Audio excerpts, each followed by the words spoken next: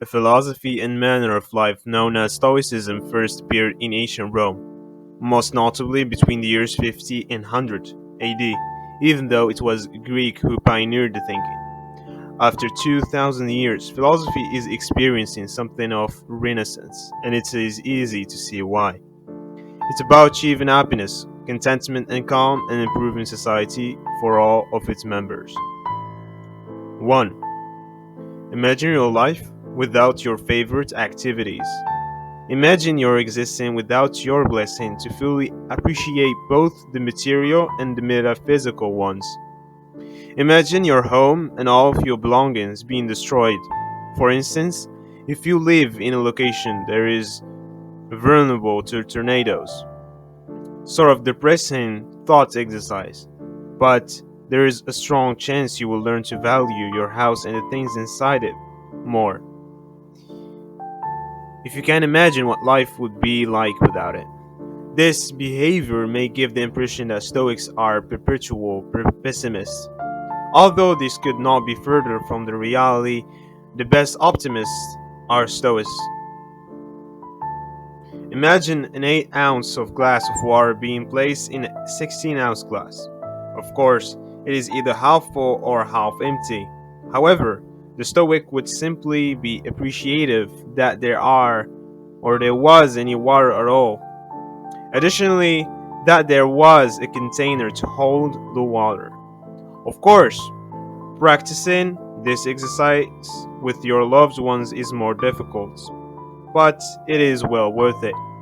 It's more for an admission that you can never be sure when the things and people you love will no longer be there. It will genuinely alter your perspective and level of thankfulness. As Seneca points out at the beginning of this section, when we prepare for the unpleasant things that will undoubtedly happen to all of us by anticipating them and making the most of every day, hour, and moment that is given to us. At least, some of their power is taken away from them. When we can be honest, when we can honestly say that we made the most of our possessions and the people we love while they were with us, the pain of loss isn't quite as intense. 2. Reflect on death with Memento Mori. Let's prepare our brain as thought we were nearing death. Let's not put anything off. The person who put the finishing touches on their life each day is never short of time. Therefore, let's balance the books of life every day. Seneca. Despite being connected to the previous point, Memento Mori is about reflecting on your own morality rather than the death of those you care about. Memento Mori invites you to concentrate and be conscientious that you won't live forever, whereas negative visualization asks you to picture life without the things you love. Despite this, our culture remarkably terrified of dying. We are generally frightened by it. But according to Stoics, if you have led a life that has meaning and purpose, you would be afraid of something that has naturally befallen every person and every other living thing since the beginning of time. Inquiring, if you knew this was your final day on earth, what would you do?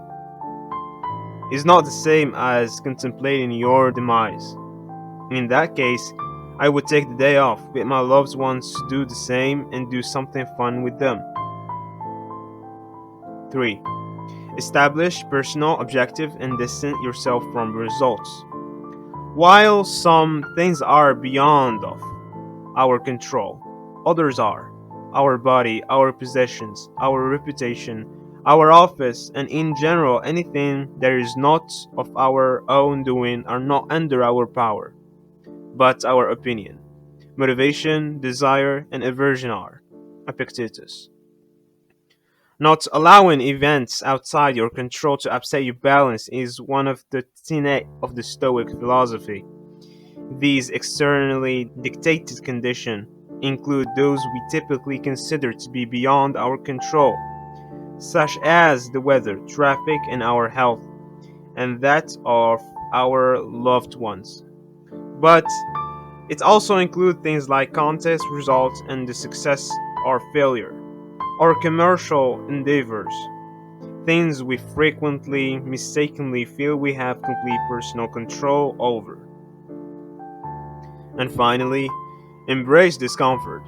Nature has combined pleasure with necessities. Not so we should seek pleasure, but rather so the addition of pleasure may take the essential components of life more enticing to our sight. It is a luxury if it is asserts its own right, due to the fact that it is simpler to refuse them entry than to make them leave. Let's reject these flaws when they demand admission. Seneca.